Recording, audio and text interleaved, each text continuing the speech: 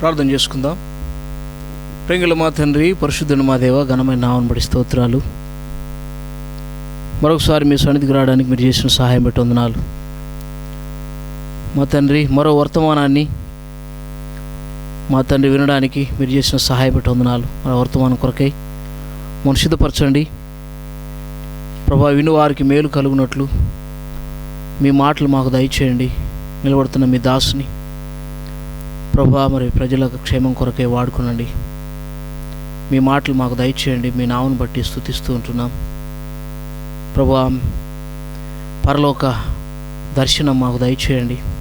పరలోక సింహాసనం నుండి మీ మాటలు మాకు దయచేయండి దేవా. మీ దాసుని నోటికి మీ మాటలు అందించి మీ దాసుని ప్రభా మీ పాత్రగా వాడుకునండి. మీ సహాయాన్ని కోరుతుంటున్నాం. ఈ మాటల ద్వారా అనేకులు ఆశీర్వాదం మేలు పొందినట్లు కృప చూపించమని యేసు ప్రభు నామమున ప్రార్థించి వేడుకుంటున్నాం తండ్రి, ఆమేన్. ప్రియమైన వారలారా, ఈ సమయంలో మరొక వర్తమానంతో ఈ విధంగా మీ ముందుకు మరి వస్తుంటుండగా ఏంటి అంశం ఏంటంటే, మూడవది మానవునికి మరో జన్మలు ఉన్నాయా అనే అంశంతో మరి మరొకసారి ఈ విధంగా చివరి వర్తమానముగా మీతో మరి పంచుకుంటున్నా. మరి ఎందుకు ఈ విషయాన్ని చెప్పగలుగుతున్నా అంటే, బయట వింటున్న వార్తలు, మరి ఒక మనిషికి ఎన్నో జన్మలు ఉంటాయి. మరి ఈ విధంగా జంతువులుగా, పక్షులుగా, ఈ విధంగా వారు చేసిన భూమి మీద సరైన రీతిలో బ్రతకకపోతే, మొదట మానవుని జన్మలో దేవుడిచ్చిన ఈ మానవ జన్మలో సరిగా బ్రతకకపోతే ఈ విధంగా జంతువులుగా, పక్షులుగా ఈ విధంగా పుడుతున్నారని చెప్పేసి ప్రజలలో ఒక అసత్యం అనేది మిగిలిపోయింది. మరి ఈ విషయాన్ని మరి ప్రజల్లోకి మరి తీసుకురావడానికి మరి ఏది సత్యము? ఇంతకు మనిషి ఈ విధంగా జంతువులాగా, పక్షుల్లాగా మరో జన్మలో వారు పాలు పొందుతున్నారా? మరి ఈ విషయాలు చెప్తున్న వారు కూడా ఈ విషయాన్ని ఆలోచించాలి. ఈ విషయాలు మాట్లాడుకుంటున్న వారు కూడా ఈ విధంగా జంతువులుగా, పక్షులుగా పుడుతున్నామని అంటున్నవారు, ఇంతకుముందు నీకున్న జన్మ ఏదో నువ్వు చెప్పాలా? ఈ మానవ జన్మ అయిపోయిన తర్వాత నువ్వు ఏ జన్మ ధరించబోతున్నావో అది కూడా నువ్వు చెప్పాలా? ఎవరికి ఈ క్వశ్చన్ అంటే, జన్మలున్నాయి జంతువులుగా, పక్షులుగా, మరో జన్మ మరి ఎత్తుతున్నారు మనుషులు అని మాట్లాడుకుంటున్న వారికి ఈ క్వశ్చన్ ఏంటంటే, ఇంతకుముందు నువ్వు ఏ జన్మలో ఉన్నావు, ఇప్పుడు ఏ జన్మ, చనిపోయిన తర్వాత ఏ జన్మ ఎత్తబోతున్నావు, ఇది నువ్వు చెప్పాలా? చెప్పలేనప్పుడు నువ్వు మాట్లాడుతుంటున్న వాదన ఇది వ్యర్థం. కాబట్టి ఇవన్నీ కూడా కలుగులి మాటలు. దేవుని వాక్యం ఎంత సత్యమైనదో వాక్యం చెప్తుంది. ప్రసంగి గ్రంథం 10వ అధ్యాయం 14వ వచనంలో చనిపోయిన వారి విషయమై ఏం జరుగుతుందో ఎవరు చెప్పగలరు అని ప్రసంగి రాస్తాడు. చూద్దాం. చనిపోతున్న వారి విషయమై ఎవరు చెప్పగలరు, ఎవరు దీన్ని తెలియజేయగలరు అని చెప్తాను. చూద్దాం. 16వ వచనం లేక 14వ వచనం చూద్దాం. కలగబోనది ఏదో మనుషులు ఎరగక ఉండినను బుద్ధిహీనులు విస్తారంగా మాట్లాడుదురు. నరుడు చనిపోయిన తర్వాత ఏమి జరుగును ఎవరు తెలియజేతురు? చనిపోయిన తర్వాత ఏ రూపం ఎత్తుతున్నావో, నీకు ఏ జన్మ వస్తుందో నీకు ఎవరు తెలియజేస్తారు భూమి మీద? బైబిల్ తప్ప. చనిపోయిన తర్వాత ఏం జరుగుతుందో నీకు ఎవరు చెప్తున్నారు, ఎవరు తెలియజేస్తున్నారు? ఈ విషయాలు నీకు తెలియకనే నీ మట్టి మెదడులో నుండి వస్తుంటున్న ఆలోచన ఇది. పక్షులుగా, జంతువులుగా, మరి జీవరాశులుగా బ్రతుకుతున్నారని. ఒకసారి ఒక ఆమె అమాయకంగా ఏం మాట్లాడుతుందంటే, వాళ్ళ ఆయన చనిపోయిన మరుసటి రోజు వాళ్ళ ఇంట్లో కుండలో తేలుంది. ఆమె ఏం చేసిందంటే, ఆల్రెడీగా ఇలాంటి వార్తలని విని ఇవన్నీ మైండ్లో ఆల్రెడీ సెట్ అయిపోయినాయి. ప్రపంచ మానవులందరికీ ఇవన్నీ కూడా మైండ్లో సెట్ అయిపోయినాయి. ఇవన్నీ ఇక చనిపోయిన 2 రోజులు 3 రోజులకు ఇంట్లో ఒక పాత్రలో తేలు ఉండడం చూసింది ఆమె. చూసి మా ఆయన తేలు రూపంలో వచ్చిండు ఇంటికి. ఇది ఎంత భయంకరమైన, మరి అమాయకంగా మాట్లాడుతుంది చూడండి. మేము ఇంకేం చేస్తారంటే, కొంతమందికి పిండాకూడని తీసుకొని పెట్టేటప్పుడు మరి కాకులు ఈ ముట్టాలని చెప్పేసి పెడతాంటారు. వాళ్ళ నమ్మకం ఏంటంటే, అందులో మా ఆయన చనిపోయిన వ్యక్తి కాకి రూపంలో వచ్చి అన్నం తింటాడు. అందుకనే వాళ్ళకి ఏం చేస్తారంటే, వాళ్ళు చనిపోకముందు ఏం తిన్నారో ఆ ఆహారాన్ని వారు మందు తాగితే ఒకవేళ మందు సీసా, కళ్ళు సీసా, బీడీలు, సిగరెట్లు, అంటే వారు ఏమైతే మరి తింటూ వచ్చినారో ఇవన్నీ కూడా తీసుకుపోయి సమాధి దగ్గర పెట్టడము, అవి కాకులు ముట్టేంత వరకు ఆడ ఉండి రావడం చేస్తాంటారు. ఇది ఎంత అజ్ఞానకరమైన విషయాలు. ఇవన్నీ వింటున్నప్పుడు మరి మానవుని యొక్క స్థితి ఎలా ఉందో, ఎంత భయంకరమైన స్థితిలో ఉందో, అవగాహన లేని స్థితిలో ఉంది అని మనం చెప్పగలం. ఇవన్నీ విన్నప్పుడు ఖచ్చితంగా ఈ విషయాన్ని ప్రజలకు తెలియజేయాలి. సత్యం ఏందో ప్రజలకు తెలియజేయాలి. ఇంతకు మానవునికి మరో జన్మలు ఉన్నాయా అన్నదాన్ని బైబిల్లో నుండి విషయాలు చూసినప్పుడు మరి స్పష్టంగా బైబిల్లో రాయబడుతూ వచ్చిన విషయాలు మీ ముందుకు తేబోతుంటున్నాను. ఈ విషయము ఆ రోజున్న యూదులలో కూడా ఉంది. చనిపోయిన వారు మరలా వేరే వాళ్ళుగా వచ్చి పుడతారు అన్నది యూదులలో కూడా ఈ నమ్మకం ఉంది. ఇప్పుడుదే కాదు, ఇది పూర్వకాలం కూడా ఈ నమ్మకాలు, మూఢనమ్మకాలు అంటే ఉన్నాయి.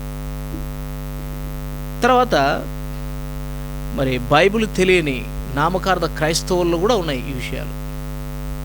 అంతేకాదు అన్య జనులలో కూడా మరి ఈ విషయాలు ఉంటూ వచ్చినాయి. వారు నమ్ముతున్న గ్రంథాల్లో ఈ విషయాలు ఉన్నాయి కనుక వాటిని వారు నమ్ముతూ వస్తారు. ఇవన్నీ కూడా వట్టి మాటలేని నేను నిరూపించడానికి ఈ సమయంలో మరి నిలబడుతున్నా. కాబట్టి దేవుని వాక్యం ఎంత సత్యమైనదో, ఎంత స్పష్టంగా మరి బైబిల్ తెలియజేస్తూ వచ్చిందో, ఈ వర్తమానం వింటే మీరు ఖచ్చితంగా మీరు సత్యాన్ని, మానవుని యొక్క స్థితి ఏంటో మీరు తెలుసుకోగలరు. ముందుగా మరి వీళ్ళు యూదులలో ఆ రోజు యేసుక్రీస్తు ప్రభు కాలములలో ఉన్న మరి యూదులలో ఉన్న అపోహాల్ విషయాల్లో మనం చూస్తే కొన్ని వచనాలు మనం చూద్దాం. చూడండి, మత్తయి సువార్త 11వ అధ్యాయం 14వ వచనం. మత్తయి సువార్త 11వ అధ్యాయము 14వ వచనం. 11-14 వచనాన్ని మనం చూద్దాం. ఈ సంగతి అంగీకరించుటకు మీకు మనస్సుంటే రాబో ఏలియా ఇతడే. ఎందుకు యేసుప్రభు ఈ మాట అన్నాడు ఏంటి అంటే, పై వచనాలంటే మనం చూస్తే 11 వచనం చూద్దాం. స్త్రీలు కలిగిన వారిలో బాప్తిస్మిచ్చి యోహాను కంటే గొప్పవాడు పుట్టలేదని నిశ్చయముగా మీతో చెప్తున్నాను. ఆయనను పరలోకములో అల్పుడైన వాడు అతని కంటే గొప్పవాడు. బాప్తిస్మిచ్చి యోహాను దినములు మొదలుకొని ఇప్పటి వరకు పరలోక రాజ్యము బలత్కారంగా పట్టపడచ్చు. యేసుక్రీస్తు ప్రభు ఈ మాట అంటున్నాడు. అంటే యేసుప్రభు ఈ మాట ఎందుకు అన్నాడు అంటే, యూదులలో ఒక మాట నిలిచిపోయింది. ఏంటంటే, హేరోదు రాజు కూడా అంటాడు యేసు ప్రభువును. ఏమంటాడంటే, బాప్తిసం ఇచ్చి యోహాను తల నరికించిన మరి ఈయన హేరోదు రాజు కూడా యేసు ప్రభు చేస్తున్న అద్భుతాలు, సూచక క్రియలు చూసి బాప్తిసం ఇచ్చి యోహాను మరలా పుట్టిండేమో అన్నట్టుగా, లేసి వచ్చిండేమో అన్నట్టుగా, పుట్టిండేమో అన్నట్టుగా హేరోదు రాజు మాట్లాడతాడు. తర్వాత యూదులలో ఉన్న ఒక నమ్మకం ఏంటంటే, ఏలియా వస్తాడు భూమి మీదకి అని. వారు ఇంతకు ఏలియా వస్తాడు, మరలా వస్తాడు అనే మాటను వారు ఎందుకు నమ్ముతున్నారు, ఏ ఆధారంతో నమ్ముతున్నారు అనే బైబిల్లో పాత నిబంధనలో ఒక వచనాన్ని చూద్దాం. మలాకి గ్రంథం 4వ అధ్యాయం 5వ వచనం. మలాకి గ్రంథం 4వ అధ్యాయం 5వ వచనంలో మాట చూద్దాం. మలాకి గ్రంథం 4వ అధ్యాయము 5వ వచనం. యెహోవా నియమించిన భయంకరమైన ఆ మహాదినము రాకమునుపు నేను ప్రవక్తయగు ఏలియాను మీ యొద్దకు పంపుదును. అది ఈ మాట మలాకి గ్రంథంలో చెప్పబడుతూ వచ్చింది. అంటే చనిపోయిన వ్యక్తి మరలా పుడతాడు అని యూదులలో ఈ ఈ యొక్క నమ్మకం వాళ్ళలో ఎందుకు వచ్చింది, వాళ్ళు ఎందుకు ఈ విధంగా మాట్లాడుకుంటున్నారు అని చెప్పేసి ఈ విషయాన్ని మనం ఆలోచించినప్పుడు ఇదే ఆధారంతో వీళ్ళు మాట్లాడుకుంటున్నారు అనే విషయాన్ని మనం చూసినప్పుడు మలాకి గ్రంథంలో ఉన్న ఈ మాట, నేను ప్రవక్తయగు ఏలియాని మీ వద్దకు పంపబోదును, నేను పంపుతున్నా ఏలియాను అన్నాడు. ఈ మాటను వారు ఆ విధంగా పెట్టుకొని బాప్తిస్మం ఇచ్చి యోహాను ఇక్కడికి వచ్చినప్పుడు యేసుక్రీస్తు ప్రభు అన్న మాట ఏంటంటే, మత్తయి సువార్తలో 11:14 యేసుప్రభు అన్న మాటను ఏమంటే చూడండి, మరోసారి చూద్దాం ఆ మాటను. 11:14 వచ్చినప్పుడు, ఈ సంగతిని అంగీకరించుటకు మీకు మనసుంటే రాబోయేలే ఇతడే. యేసుప్రభు మాట్లాడుతుంటున్న ఈ మాట విన్నప్పుడు కూడా వాళ్ళు ఏమనుకున్నారు, ఓహో ఇతడే కావచ్చు బాప్తిస్మం ఇచ్చి యోహాను. బాప్తిస్మం ఇచ్చి యోహానే ఏలియా, బాప్తిస్మం ఇచ్చి యోహానే ఏలియాగా పుట్టిండు అనే మరి వాళ్ళల్లో ఒక నమ్మకం అనేది నిలిచిపోయింది. బాప్తిస్మం ఇచ్చి యోహాను విషయమై, యోహాను వచ్చిన తర్వాత ఏలియా ఇతడే అన్నది వాళ్ళలో. అందుకని చాలాసార్లు మరి బాప్తిస్మం ఇచ్చి యోహాను అడుగుతారు వాళ్ళు, రాబోవాడు నీవేనా, ఏలియావు నీవేనా, మరి ఏలియావు ప్రవక్తలో ఒకడు కాకపోతే మరి నీవెవరు అని చెప్పేసి ఈ సందర్భాలు ఈ విధంగా ప్రజలలో ఉన్న ఈ సందర్భాన్ని అనుమానం తీర్చుకోవడానికి ఆయన దగ్గరికి పోయి అడుగుతారు యోహాను అంటాడు, నేను కాను అంటాడు, నేను ఏలియాను కాను అనే సందర్భం కూడా ఏలియా చెప్పుకొస్తాడు. లూకా సువార్తలో ఏలియాను గురించిన విషయాలు, ఏలియా అంటే బాప్తిస్మం ఇచ్చి యోహాను పుట్టేటప్పుడు ఏలియా యొక్క బలం గలవాడు, ఏలియా యొక్క ఆత్మయు, ఏలియా యొక్క శక్తి గలవాడు అని చెప్పేసి రాయబడుతూ వచ్చింది లూకా సువార్తలో. ఏలియా యొక్క శక్తి, ఏలియా యొక్క ఆత్మ గలవాడు అని చెప్తూ వచ్చిండు. అంటాని ఏలియా అయిపోతాడా? ఏలియాలో ఉన్న క్యారెక్టర్ బాప్తిస్మం ఇచ్చి యోహానులో ఉంది. రాజును ఎదిరించే శక్తి, పవర్ ఏలియాలో ఉంది. ఆ పవరే బాప్తిస్మం ఇచ్చి యోహానులో ఉంది. హేరోదు రాజును నిలదీసి అడిగిండు, నీ తమ్ముడైన ఫిలిప్పు భార్యను నువ్వు పెట్టుకున్నావని, ఇది తప్పు అని, ఒక నాయకుడుగా ఉండి నువ్వు పెట్టుకోవడం తప్పు కదా అని. ఎందుకంటే అలాంటి మరి రోషం గలవాడు బాప్తిస్మం ఇచ్చి యోహాను. ఏలియా వంటి రోషం, ఏలియా వంటి పట్టుదల, ఇవన్నీ చూసినప్పుడు ఇతడే ఏలియా అనే ప్రజలలో అపోహ నిలిచిపోతూ వచ్చింది. కాబట్టి వాళ్ళకి అనుమానం వచ్చి ఏలియా దగ్గరికి వస్తారు, బాప్తిస్మం ఇచ్చి యోహాను దగ్గరికి వస్తారు. ఏమనంటే ఆ ఏలియావు నీవేనా అని. చూడండి మొదటి అధ్యాయం యోహాను సువార్తలో, యోహాను సువార్త మొదటి అధ్యాయం 21 వచనం నుండి 22 వచనాలు. యోహాను సువార్త మొదటి అధ్యాయం 21, 22 వచనాల్లో ప్రజలు బాప్తిస్మం ఇచ్చి యోహాను దగ్గరికి వచ్చి బాప్తిస్మం ఇచ్చి ఈ విధంగా చెప్తున్నప్పుడు వాళ్ళు వచ్చి అడుగుతారు. చూద్దాం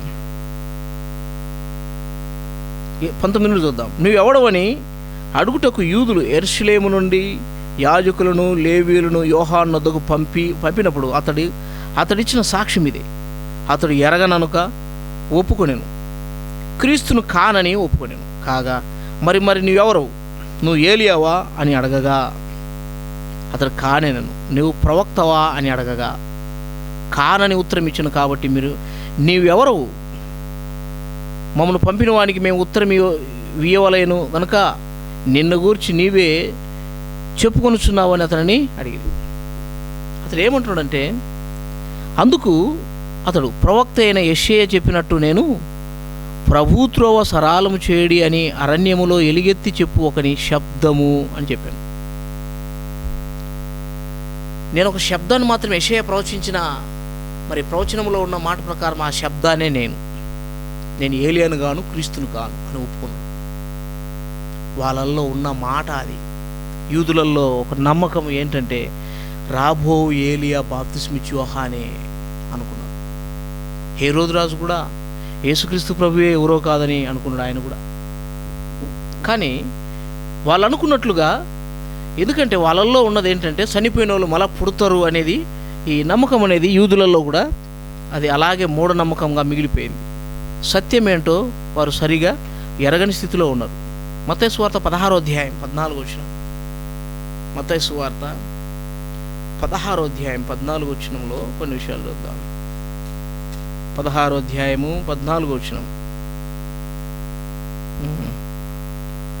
వారు కొందరు బాప్తిస్మిచ్చి యోహాను అనియు, కొందరు ఏలియా అనియు, కొందరు ఇర్మియా అనియు, లేక ప్రవక్తల్లో ఒకడనియు చెప్పుకొనుచున్నారనేది. యేసుప్రభువు అడిగినప్పుడు నేను ఎవడనని చెప్పుకున్నాను ప్రజలు అన్నప్పుడు, కొందరు ఏలియా అంటున్నారు, కొందరేమో ఇర్మియా అంటున్నారు, కొందరేమో మరి బాప్తిస్మిచ్చి యోహానే వచ్చినాడని అనుకుంటున్నారు. ఇలాంటి అపోహాలు యేసుప్రభు ఉన్నప్పుడు, అప్పటికి బాప్తిస్మిచ్చి యోహాను తల నరికించబడి ఉన్నాడు. యేసు ప్రభువును చూసి వాళ్ళు అలా అనుకుంటున్నారు ప్రజలు. ఈ విధంగా ఇలాంటి అపోహ ఉంది ప్రభు అని చెప్పేసి ఆయన చెప్తాడు. మత్తయి సువార్త 17వ అధ్యాయంలో కూడా చూద్దాం. 17వ అధ్యాయము 11-12 వచనాలు. 11-12 వచనాలు చూద్దాం. అందుకు ఆయన, ఏలియా వచ్చి సమస్తమును చక్కబెట్టునను మాట నిజమే, అయినను ఏలియా ఇదివరకే వచ్చిన వారు అతన్ని ఎరగక తనకిష్టం వచ్చినట్లు అతని ఎడల చేసిరి. యేసు ప్రభువు చెప్తున్న మాటల్లో కూడా ఎట్టుందంటే ఏలియానే వచ్చినట్టు అని ఎట్టుందనమాట. అయితే ఏలియా వచ్చినాడు అన్నట్టు అని కాకుండా ఆయన ఏం చెప్తున్నాడంటే ఏలియా వంటి క్యారెక్టర్, ఏలియా వంటి మనుషుడు అని చెప్తున్న సందర్భం. అది వాళ్ళు ఏమంటారంటే ఏలియా మరి వచ్చిండు, ఏలియానే వచ్చిండు అని వాళ్ళలో ఉన్న ఒక నమ్మకం. కాబట్టి ఏలియా ఒక క్యారెక్టర్ కలిగిన వాడు బాప్తిస్మిచ్చి యోహాను. హేరోదు రాజు కూడా ఏమంటాడు? మార్క్స్ వార్త 14వ అధ్యాయం, మార్క్స్ వార్త 14. హేరోదు రాజు కూడా యేసు ప్రభువే ఆ ఏలియా అని అతను కూడా అనుకుంటాడు. 14వ అధ్యాయం 16వ వచనంలో చూద్దాం. శిష్యులు వెళ్ళి పట్టణంలోనికి వచ్చి ఆయన వారితో చెప్పినట్టు కనుగొనిన పస్కాను సిద్ధపరిచిర్రి. హేరోదు రాజు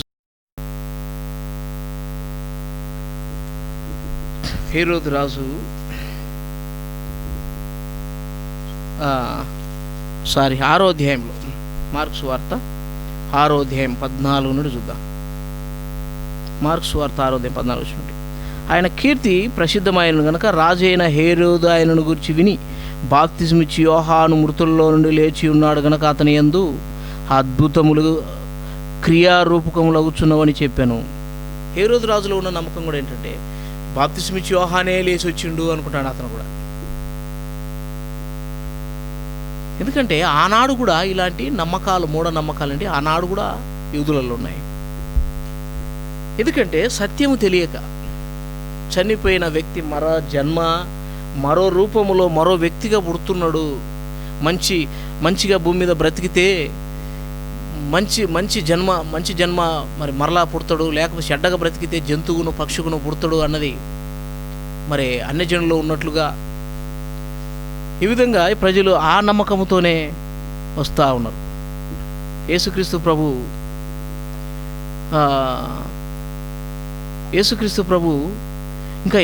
ప్రభు శిలువ మరణానికి పోయినప్పుడు కూడా వాళ్ళు ఏమంటున్నారంటే చూడండి, 27వ అధ్యాయము 46-47 వచనాలు. మత్తయి సువార్త 27 46-47 వచనాల్లో కూడా 27వ అధ్యాయము 46-47 వచనాల్లో యేసు ప్రభు శిలువ మీద నుండి ఈ విధంగా కేకలేస్తాడు. ఇంచుమించు 3 గంటలప్పుడు యేసు ఏలి ఏలి లామా సబక్తా అని బిగ్గరగా కేకలు వేసిన ఆ మాటకు నా దేవా నన్నెందుకు చేయి విడిచితి అని అర్థం. అక్కడ నిలుచున్న వారిలో కొందరు ఆ మాట విని ఇతడు ఏలియాను పిలుచుచున్నాడు, బహుశా ఇతడు ఏలియాను పిలుస్తున్నాడు కనుక కనీసం ఇప్పుడు ఈ చివరి యేసుప్రభు మరణించేటప్పుడైనా ఆయన వచ్చి ఇతన్ని కాపాడొచ్చేమో అనే అపోహ వాళ్ళల్లో ఉందంట. చూడండి, యూదులలో అపోహ వాళ్ళల్లో మిగిలిపోయింది. ఈ యేసుప్రభు మరణిస్తుండే కనుక ఈ సమయంలోనే వచ్చి యేసుప్రభుని కాపాడుతాడేమో ఏలియా వచ్చి అని, ఏలియా వస్తాడు అని చివరి టైంలో కూడా ఎదురు చూస్తున్నారంట. ఇక్కడ బైబిల్లో పరిశుద్ధాత్మ దేవుడు దీని అర్థం ఈకపోతే ఖచ్చితంగా వాళ్ళు ఆ మాట అనుకుంది. ఏమిచ్చిండు? ఆ మాటకు నా దేవా నన్నెందుకు చేయి విడిచితివా నేను. దాని అర్థం పరిశుద్ధాత్మ దేవుడు రాపించాడు. ఏలి ఏలి లామ సబక్తా అనే మాట. అక్కడున్న ప్రజలు ఏమనుకుంటారంటే ఏలి అని పిలుస్తూ ఉండు, ఇప్పుడు బహుశా ఇప్పుడు రావచ్చు అని చూస్తున్నారంట ప్రజలు. ఎంత అమాయక ప్రజలు! లేఖనాలను గ్రహింపక, లేఖనంలో ఉన్న సత్యాన్ని నమ్మక, లేఖనాల్లో ఉన్న సత్యాన్ని స్వతంత్రించుకోక, లేఖనాలను అపార్థం చేసుకుంటూ అజ్ఞానులుగా బ్రతుకుతున్న సమాజం. మరి ఈ విధంగా యూదులలో ఇలాంటి పరిస్థితి ఉంటే, మన నామకార్థ క్రైస్తవులలో కూడా బైబిల్ చదవక ఈ సందర్భాలు విన్నప్పుడు ఓహో మరో జన్మ కూడా ఉంది అని చెప్పేసి, జన్మ కర్మ పాపం అని చెప్పేసి వారు కూడా చెప్తున్నారు. కర్మ పాపము, జన్మ పాపం. కర్మ పాపం అంటే, జన్మ పాపం అంటే మనం ఏదో చూస్తున్నాం, సరే పుట్టుకతో అవాదాముల యొక్క పాపం వారు చేయడం ద్వారా మన మీద కూడా అది ఉంది అన్నది ఓకే. మరి కర్మ పాపం అంటే బహుశా నేను అర్థం చేసుకున్నది ఏంటంటే, వేరే వాళ్ళు అంటారు, అంటే వేరే ప్రజలు ఏమనంటే వీడు కర్మ చేసుకొని పుట్టిండు అంటే పూర్వజన్మంలో చేసిన తప్పును పాపమును బట్టి ఆ పాపములు బాపుకోవడానికి వీడు మరలా ఈ రూపంలో ఎత్తి పేదవాడుగునో దరిద్రుడును పుట్టిండని చెప్పేసి మాట్లాడుకుంటారు ప్రజలు. ఇది ఎంత భయంకరమైన అపోహ విషయాలు చూడండి. ఈ విధంగా నామకార్థ క్రైస్తవుల్లో కూడా బైబిల్ అపార్థం చేసుకునే ప్రమాదాలు ఉన్నాయి. బైబిల్ ఖచ్చితంగా నీట్గా చదవాలా, అర్థం చేసుకోవాలా, బైబిల్ను పరిశీలించాలా, సత్యమేంటో అసత్యమేందో గ్రహించాలా. మనకు అనుకూలంగా బైబిల్ చదివితే అర్థం కాదు. సరే, దేవుని వాక్యంలో రాయబడినట్లుగా ఈ ప్రజలు అనుకున్నట్లుగా జంతువులుగా పక్షులుగా పుడితే, ఎగ్జాంపుల్గా నేను ఒక విషయం చెప్తున్నాను. సరే, మనిషి జంతువుగా పుడుతున్నాడు అంటే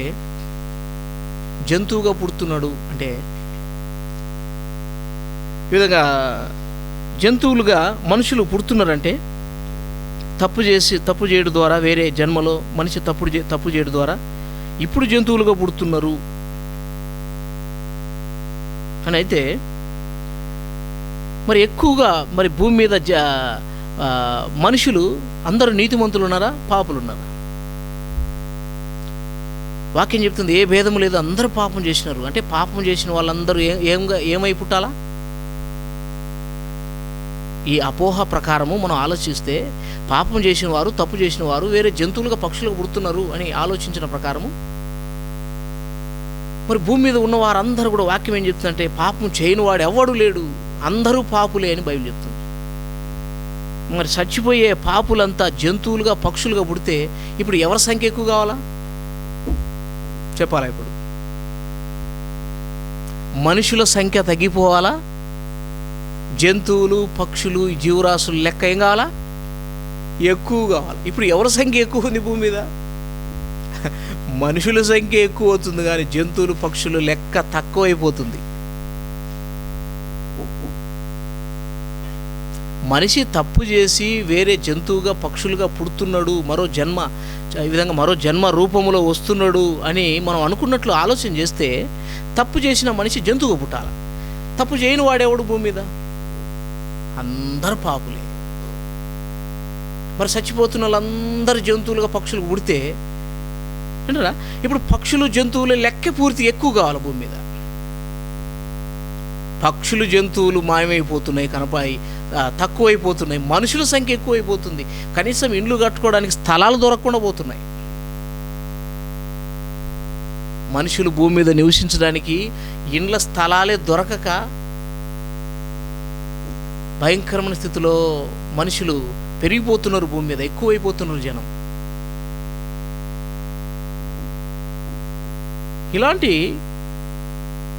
ఈ విధంగా జంతువులుగా పక్షులు పుడుతున్నారు అనే అపోహ, ఇది ఎంతవరకు న్యాయమే మీరు ఆలోచించండి. దీంట్లో తప్పు చేసే వాళ్ళంతా జంతువులు, పక్షులు పుడితే వాళ్ళ సంఖ్య ఎక్కువ ఉండాలి. మరి జంతువులు, పక్షులు ఎందుకు లేవు ఎక్కువ భూమి మీద? మనుషుల సంఖ్య పెరిగిపోతుంది. ఇంతకు బైబిల్ ప్రకారం, బైబిల్లో దేవుడు జంతువులను, ఈ సృష్టిని, భూమి మీద ఉన్న జీవరాశులను ముందు పుట్టించిండా, మానవుని పుట్టించిండా? బైబిల్లోకి వెళితే ఆదికాండం 1వ అధ్యాయంలో చూద్దాం. ఆదికాండము 1వ అధ్యాయం.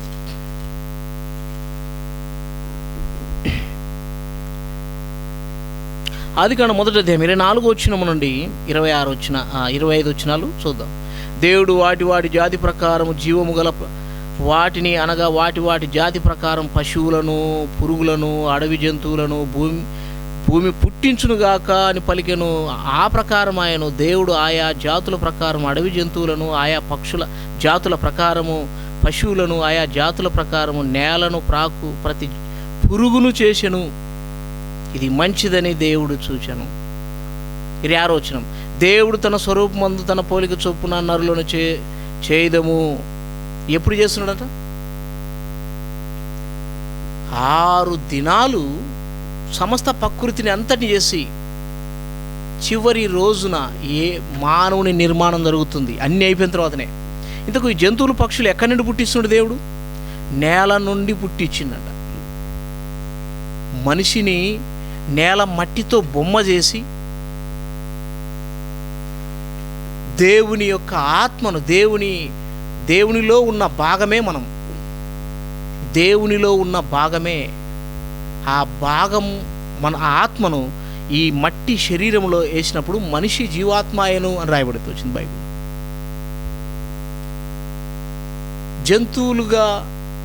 జంతువులుగా పక్షులుగా పుట్టడం అన్నది ఇది చాలా అబద్ధం. ఇది శుద్ధ అబద్ధం. ఇది నమ్మద్దు. జంతువులుగా పక్షులు పుడితే నేను చెప్పే క్వశ్చన్కి ఆన్సర్ చెప్పాలా, నేను వేసే ప్రశ్నలకు ఆన్సర్ చెప్పాలా. ఈ సృష్టిని దేవుడు చేసినప్పుడు మొట్టమొదట జీవరాశులు పుట్టించాడు. అవన్నీ అయిపోయిన తర్వాతనే మానవుని పుట్టించాడు.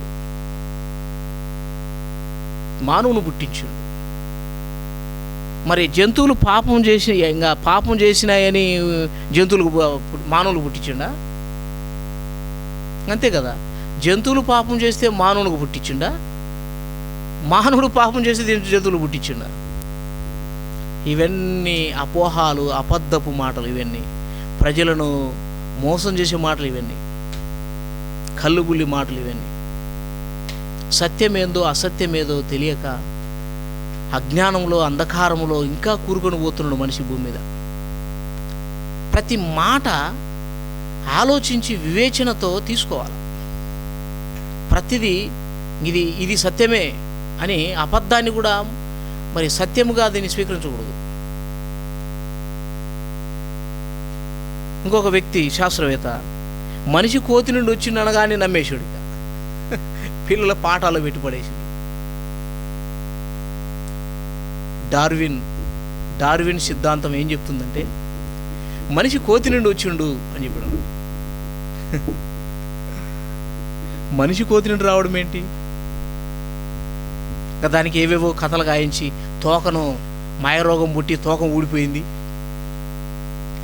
మనిషి అభివృద్ధి పొందంగా మనుషుడు అయిపోయాడు అని చెప్పేసి ఈ తప్పుడు బోధలు ప్రజలలోకి బ్రాకిపోయినాయి. కానీ సత్యం అలాగే నిలిచిపోయింది, మరుగైపోయింది. మరి కోతి నుండి పుడితే కోతి రక్తం ఎక్కించుకుంటే బ్రతకాలి కదా నువ్వు. మనిషి రక్తం మనిషికి ఎక్కేయాలంటేనే ఆలోచన చేస్తున్నాం. మరి ఏ పాజిటివ్ ఉంది, ఏనా బీనా ఓనా ఏది ఉంది? ఈ సెక్షన్ల ప్రకారం రక్తం కూడా పరీక్ష చేసి ఎక్కిస్తున్నారు. మరి కోతి నుండి పుడితే కోతి రక్తం ఎక్కిస్తే బ్రతకాలి కదా మనిషి.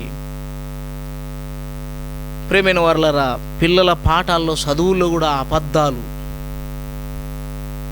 సత్యమే నిజమని చెప్తా ఉన్నారు ఈ లోకం.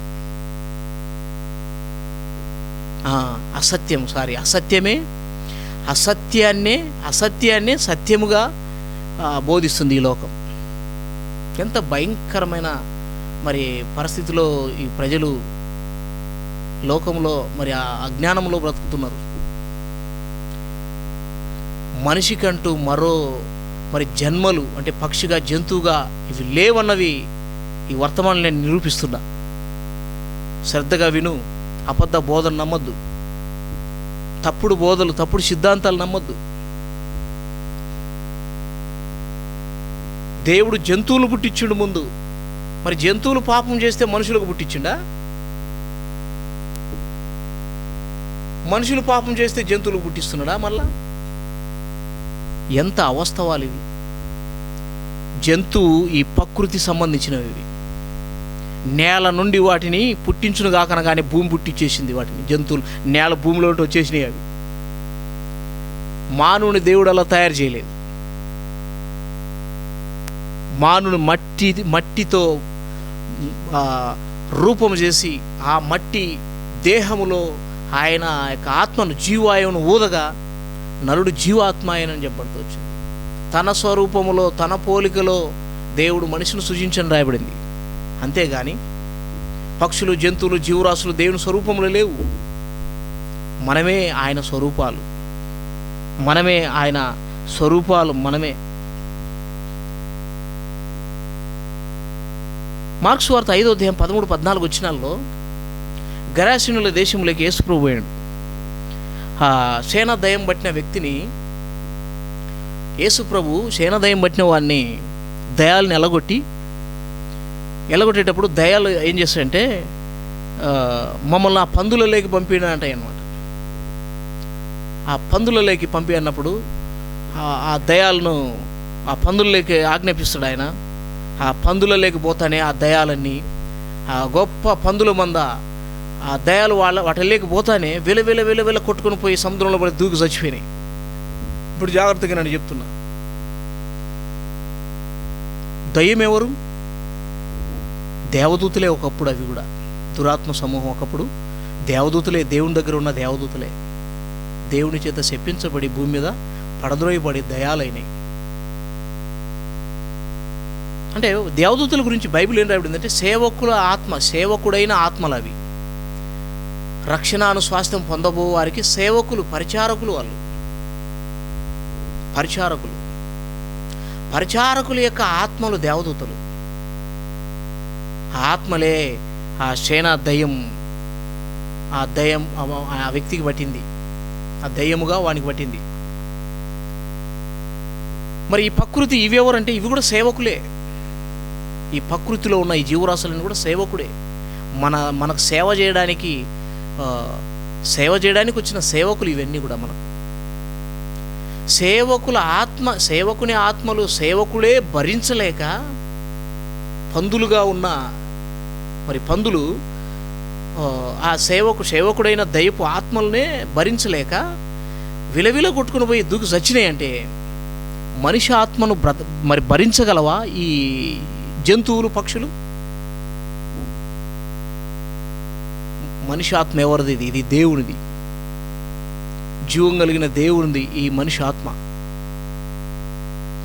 ఈ ఆత్మను తట్టుకోవాలంటే దేవుడే స్వయంగా తన హస్తములతో ఒక మట్టి రూపాన్ని తయారు చేయాలి. తన స్వరూపములో తన పోలికలో ఒక రూపాన్ని తయారు చేసి ఆ రూపములో తన ఆత్మను పోస్తేనే మనిషి అవుతాడు, తట్టుకోగలదు ఈ దేహం. అందుకనే ఆయన స్వయంగా నేల మట్టిని తీసుకొని తన స్వరూపములో తన పోలికలో ఒక నిర్మాణాన్ని తయారు చేసి అందులో ఆయనలో ఉన్న భాగాన్ని, ఆ జీవవాయువును, ఆ ఆత్మను మనలోకి ఊదినప్పుడు మట్టి బొమ్మలేకి ఆదాము అది జీవాత్మ అయి నరుడుగా నిలబడినాడు.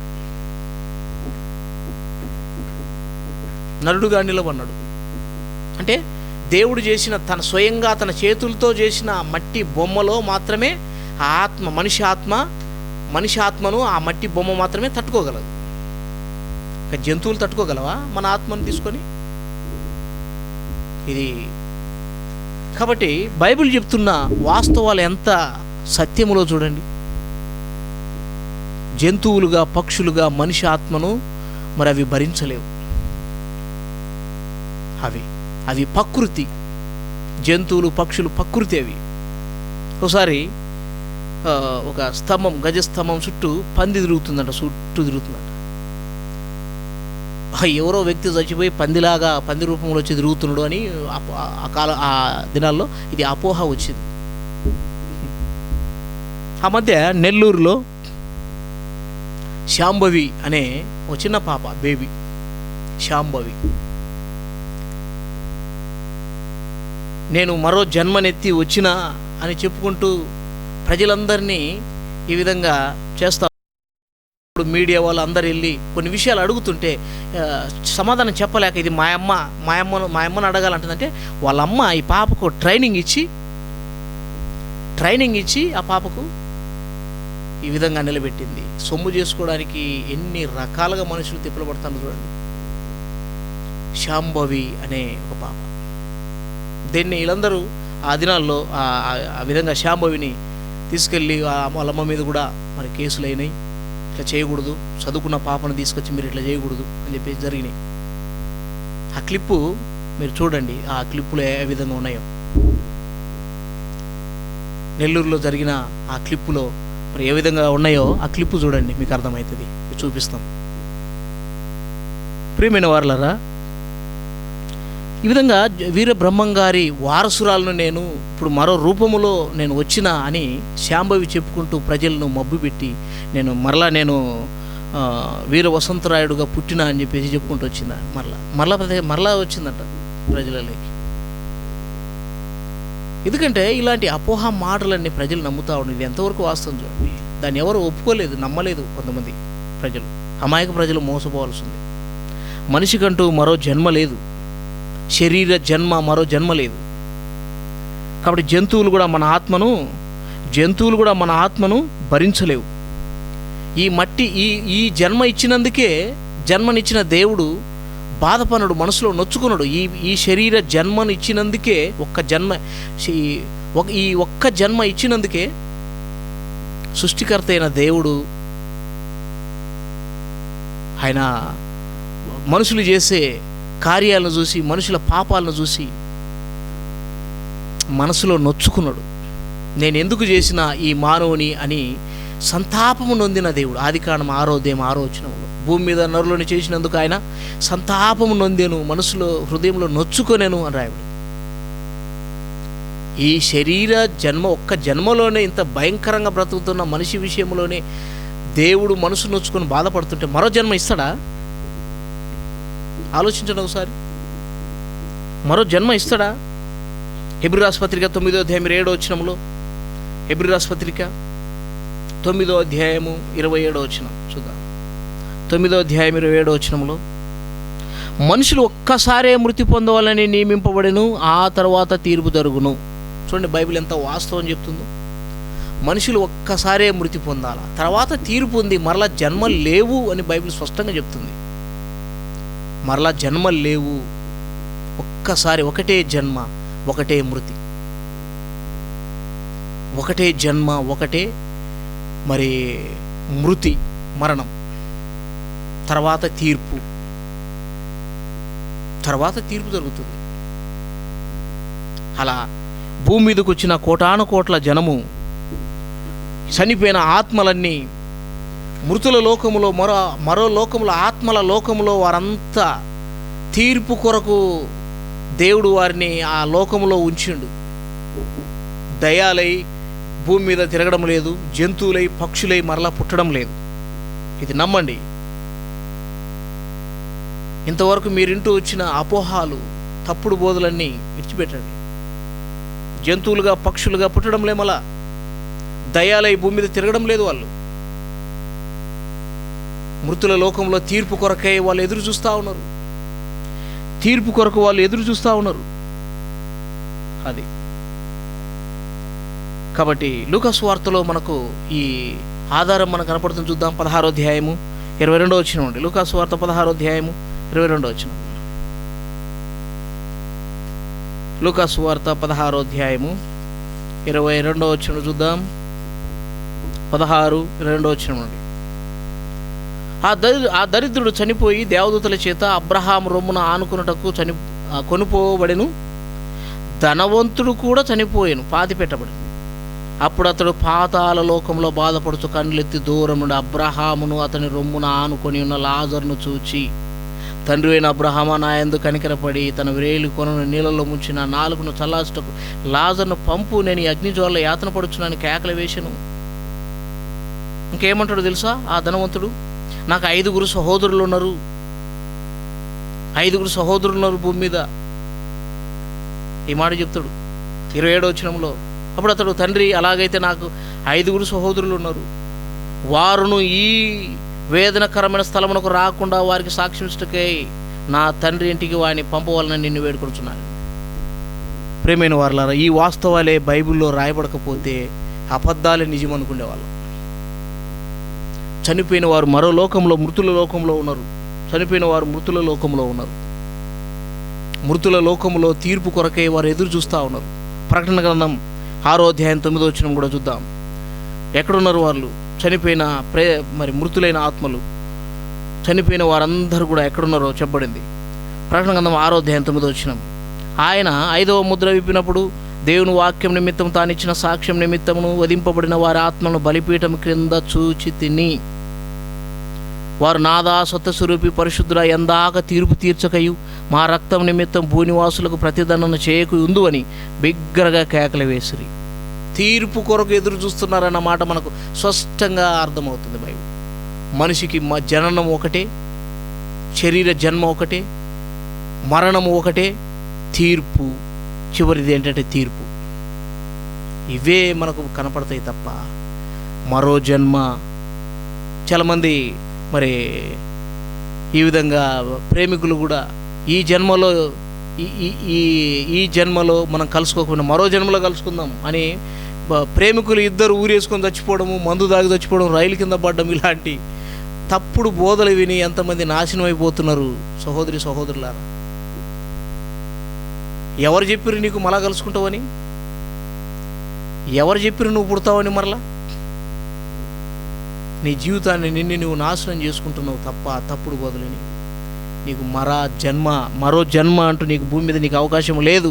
ఈ జన్మలోనే నిన్ను సృజించిన దేవుడు ఎందుకు సృజించి తినా అని చేసిన తప్పులు, చేసిన పొరపాట్లు, ఈ విధంగా మానవుడు చేసిన అతిక్రమమును అన్నీ చూసి దేవుడు తట్టుకోలేక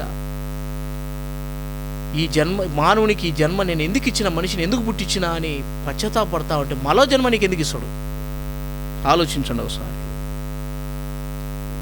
శరీరముతో ఉండగానే ఆత్మీయంగాను జన్మించి పరలోకానికి నువ్వు స్వతంత్రించుకోవాలని బైబిల్ చెప్తుంది తప్ప పునర్జన్మ అనగానే శరీర జన్మ కాదు, కానీ ఆత్మీయంగా నువ్వు జన్మించాలి. అది జన్మిస్తేనే పరలోకం ఉంది. యోహాను సువార్త 3వ అధ్యాయం 3వ వచనంలో ఒకడు క్రొత్తగా జన్మిస్తేనే కానీ, అంటే మనిషి భూమి మీద బ్రతికుండగానే మరో క్రొత్త జన్మ జన్మించాలని బైబిల్ చెప్తుంది. ఏంటి క్రొత్త జన్మ? ఒకటి నీటి మూలంగాను ఆత్మ మూలంగాను. అంటే మన శరీరంతో గనక నీళ్ళల్లో ముంచబడ్డం నీటి జన్మ. అంటే ఆత్మ జన్మ అంటే పరిశుద్ధ ఆత్మ ద్వారా ఆత్మ జన్మ. నీటి మూలంగాను ఆత్మ మూలంగాను ఒకటి జన్మిస్తేనే కానీ పరలోకం స్వతంత్రించుకోవడం చెప్పేసి యేసు చెప్తున్నారు. ఆ జన్మ శరీరం చచ్చిపోకముందే ఆ జన్మను మరి పొందడానికి నీకు అవకాశం ఉంది తప్ప నువ్వు చచ్చిపోయిన తర్వాత మరో జన్మ వస్తావు అన్నది బైబిల్ ఏమాత్రం కూడా లేదు. ఎవరైనా సరే ఈ మాటలు తప్పుడు మాటలు చెప్తే మీరు నమ్మద్దు.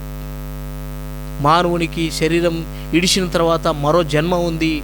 చెట్టుగును కొంతమంది ఏం చేస్తుంటే సమాధుల మీద చెట్లు వేస్తా అంటారు.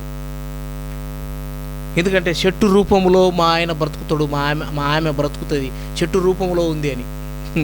ఇలాంటి అపోహాలు, ఇలాంటి అబద్ధపు మాటలు, బోధలన్నీ నమ్మి మోసపోయి మీ జీవితాలు నాశనం చేసుకోకూడదని ఈ మధ్యకాల సమయంలో మేము హెచ్చరిస్తున్నాం.